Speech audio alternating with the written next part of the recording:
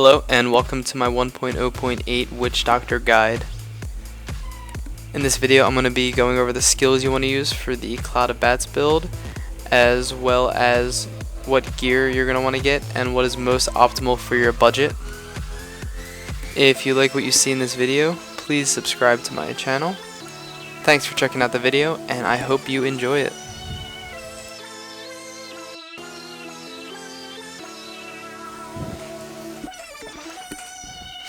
Getting right into the skills of the build, on our left click we use Corpse Spiders with Widowmakers. This is going to give us mana back for when we go with our Cloud of Bat spam, and it lets us go more offensive with our other abilities. For our right click we use Fire Blast with Cloud of Bats.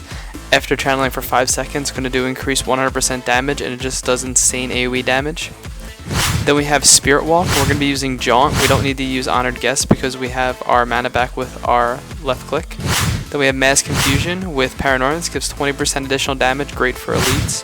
Then we have Horrify with Frightening Aspect for that armor.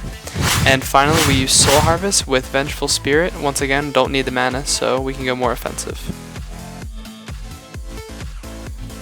So here I listed what I consider to be pretty much the basic stat priority for Witch Doctors.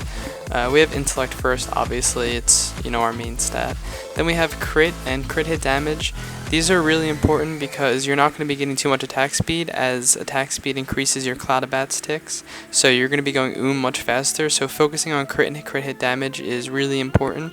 You're going to want about every 1 crit, 10 crit hit damage. Then we have min and max damage. This is really important because our Cloud of Bats scales with our weapon damage. So higher min max damage is going to be higher ticks of Cloud of Bats. And then like I said, attack speed is less simply because it increases the amount of ticks. And although you want a little bit faster spins, you're not going to want too fast because you're just going to go So these are the stats that I would consider to be optimal for farming about MP7. Having 150k DPS is a pretty nice number. 40k HP, 3100 armor, and 600 all res.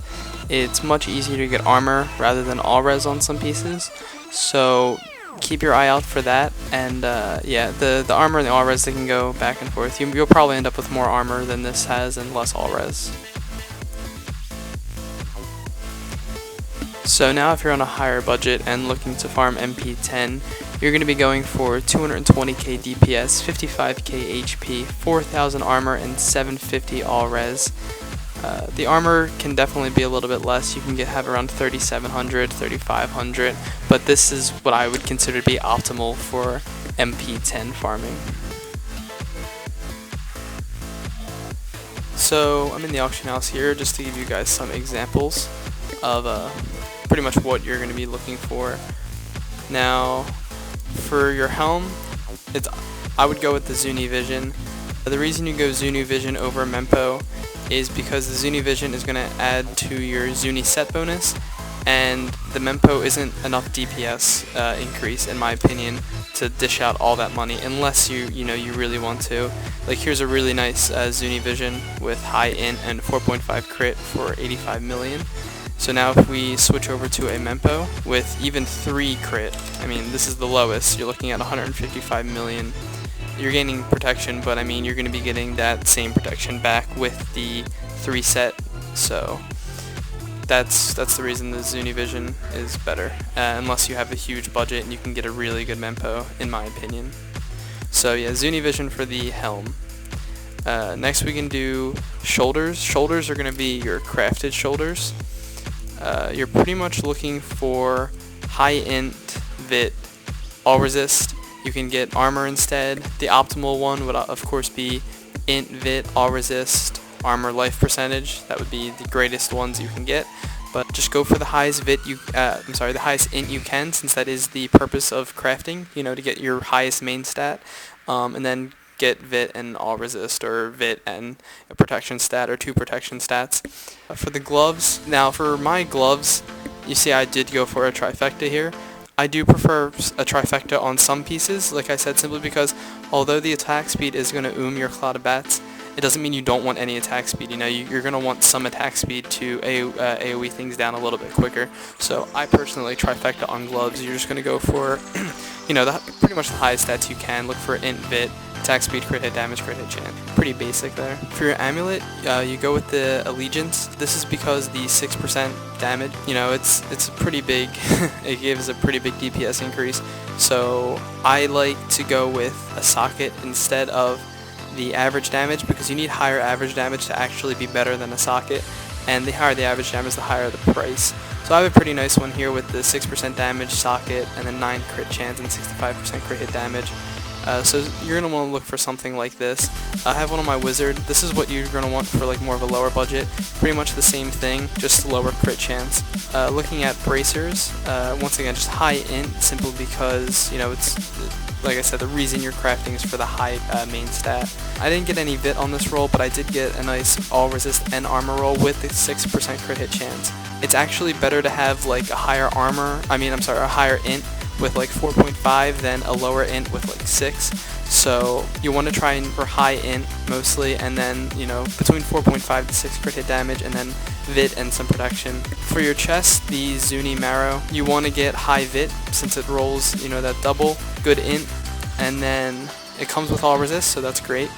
And then either armor or life percentage. I decided to go life percentage as it's, you know, a little bit cheaper, and I like to have some life percentage. I have 70k life on my Witch Doctor, so I'm actually really above life. I need more armor. As you see, I only have 3400 armor. Next we have a Witching Hour. I have a pretty nice one here with int vit, only 8 attack speed, but you know, you don't really need that 9. I think for your Witching Hour you're actually going to want to aim for 8, just because it decreases the price so much, and that 1% attack speed isn't, you know, ideal for Witch Doctors, you know, so you might as well get a good deal, get higher crit hit damage. You see I have 47.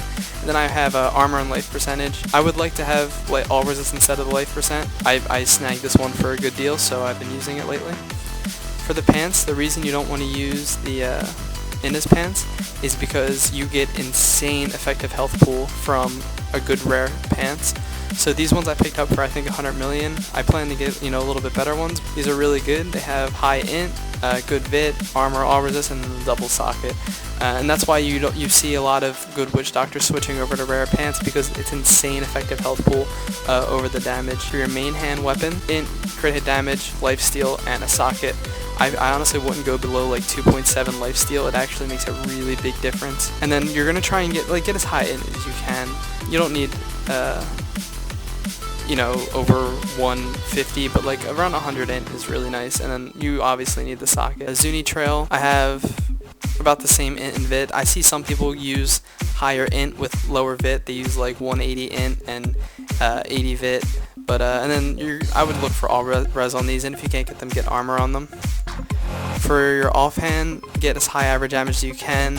I got a nice int vit roll with a socket. You don't need socket. You can just get like a 300 int roll, but the vit is always nice. I would aim for the higher damage against elites. Now for my rings, I really need to replace my ring. Zuni Pox actually isn't worth it, and I'll tell you why. To get a really nice Zuni Pox, it's really expensive. And although my Zuni Pox is pretty good, it would be much better for me to have Wailing Host. I plan to run Wailing Host and Unity and actually switch this to the Zuni offhand, so I can keep my Zuni set while changing the 2 rings. But I'm aiming for a Host and a Unity. But these are my current 2 rings, and I'll show you what I'm aiming for right now. So this Wailing Host that's on the auction house right now is pretty much exactly what I'm looking for. We're looking for X to X damage instead of, as you see here, just min damage. This is, you know, perfect for our damage. It has really high int, it has perfect crit hit damage, and it's just insane. This is exactly what I'm looking for. And then the Wailing Host and the Unity are extremely similar, looking for the exact same thing from the Unity here. Yeah, this pretty much is a good example. I mean, Unities are much easier to come by, but you can get really good deals on the Wailing Hosts. So yeah, I'm looking, personally for me, I'm looking for over 40 crit hit damage. If you're on a lower budget, you could take this all the way down to 20, and it's still a really good ring. But yeah, so those are what I'm looking to change for rings. I know I didn't focus too much on the lower budget people, but I plan to make a budget guide for gearing witch doctors. Definitely stay tuned for that. That should be coming out soon. I really hope you guys enjoyed this guide. I wanted to talk more about some different items, but I think I'm going to save that for another video simply because this video is running on really long. The gearing part took a lot longer than I thought. I think I might have talked a little bit too much, but that's quite alright. So yeah, thank you guys for checking out the video, and subscribe for more content.